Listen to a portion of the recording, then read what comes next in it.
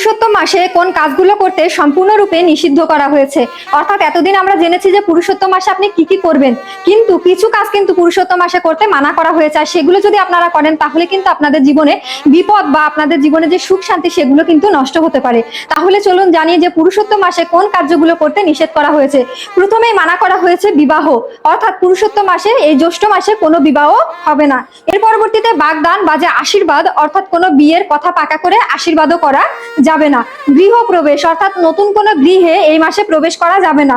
গৃহ আরম্ভ, অর্থাৎ কোনো জমি বা পুস্তন করা বা নতুন বাড়ি তৈরি করার জন্য এই মাসে কোনো প্রকার কার্য সম্পাদন করা যাবে না। নতুন ব্যবসা বা দোকান উদ্বোধন, এই মাসে কেউ নতুন ব্যবসা বা দোকান উদ্বোধন করবেন না। মুন্ডন বা উপনয়ন ইত্যাদি যে সকল আমাদের সংস্কার আছে সেই সংস্কারগুলো এই মাসে করতে নিষেধ করা হয়েছে।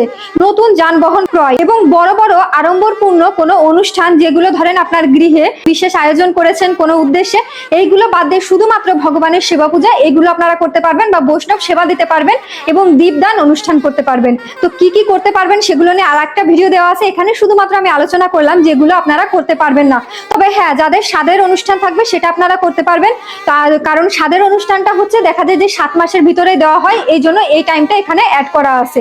তাছাড়া বাকি অনুষ্ঠানগুলো কিন্তু এখানে করতে সম্পূর্ণরূপে নিষিদ্ধ করা হয়েছে। তাই নিজে এটা অবগত থাকবেন এবং অপরকে অবগত করবেন যেন এটা কেউ না করে। এবং গৃহ মন্দিরও কিন্তু এই সময় উদ্বোধন করা যাবে না। হরে কৃষ্ণ।